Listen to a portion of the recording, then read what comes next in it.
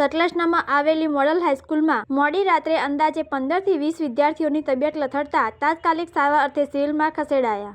વધુ માહિતી મળતા મોડલ સ્કૂલની અંદર રહેતા વિદ્યાર્થીનીઓને જે સાંજે સ્કૂલના મેદાનમાં રમી રહ્યા હતા ત્યારબાદ અચાનક ઉધરસ આવતા નજીકની હોસ્પિટલમાં તપાસ માટે ખસેડવામાં આવ્યા હતા. ત્યારબાદ અન્ય બીજા 2 વિદ્યાર્થીઓને પણ ખાંસી આવતા એમને પણ સારવાર અર્થે હોસ્પિટલ ખસેડવામાં આવ્યા હતા. એમ 1-2 કરતા અંદાજે 15 થી 20 વિદ્યાર્થીનીઓને સારવાર અર્થે સિવિલમાં ખસેડવામાં આવ્યા હતા.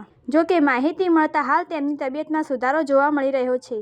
વધુમાં જાણવાનું રહ્યું કે અચાનક આવી રીતે તબિયત બગડવાનું કારણ હજુ જાણવા મળ્યું નથી. સતલાસના આરોગ્યની ટીમ તાત્કાલિક વહેલી સવારથી જ મોડલ સ્કૂલમાં આવી વિદ્યાર્થીઓની તપાસ હાથ ધરી છે. સતલાસના જિલ્લા સદસ્ય કુલદીપસિંહ ચૌહાણ, ભાજપ પ્રમુખ વિરેન્દ્રસિંહ ચૌહાણ, જયંતિભાઈ વકીલ, સતલાસના સરપંચ તેમજ ડેપ્યુટી સરપંચ ઘટના સ્થળે પહોંચી મુલાકાત લીધી. વધુમાં જાણવા મળ્યું હતું કે ગઈકાલે રાત્રે નાતાલનો પ્રોગ્રામ મનાવી રહ્યા હોય એવું પણ સામે આવ્યું છે. કેમેરામેન શૈલેષ પટેલ સાથે તારણ ન્યૂઝ.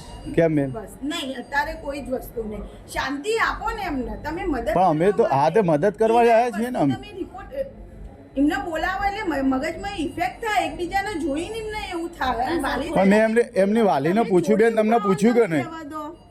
હા, તમે જોડે ઉભા તમે લેવા દો. આ વસ્તુ ખોટી છે. તમને જો વસ્તુ તો કોઈ ખોટી નહીં. પછી લો. જે બનાવ બન્યો છે એ તો ઇમરજન્સી વોર્ડમાંથી બહાર લઈ જાય હું પછી. આ ઇમરજન્સી નથી, પેલા ટ્રોમા સેન્ટર છે. શું નામ છે બેટા આપનું અને શું ઘટના બની હતી? મારું નામ કુમાર ટ્વિંકલબેન લક્ષ્મણભાઈ છે. અમે સ્કૂલમાં આજે રજા હતી ગુરુવારે પેલી ક્રિસમસની, તે અમે ક્રિસમસ ઉજાયો. પછી સાંજના 5 વાગે ને બધું ડેકોરેશન કરીને અમે પછી હાજરી પૂરીને પછી જમવા બેઠા. જમીન પછી એની પાછળ અમે ખાવાનું ખાઈને પછી થોડીક વાર આવટા મારીને પછી સ્પીકર કાઢીને નાચ્યા. ક્રિસમસ હતું ને એટલે નાચવાનું અમે મેડમને ખુદ કીધું. મેડમ ના પાડતા પણ અમે કીધું કે નાચવું છે.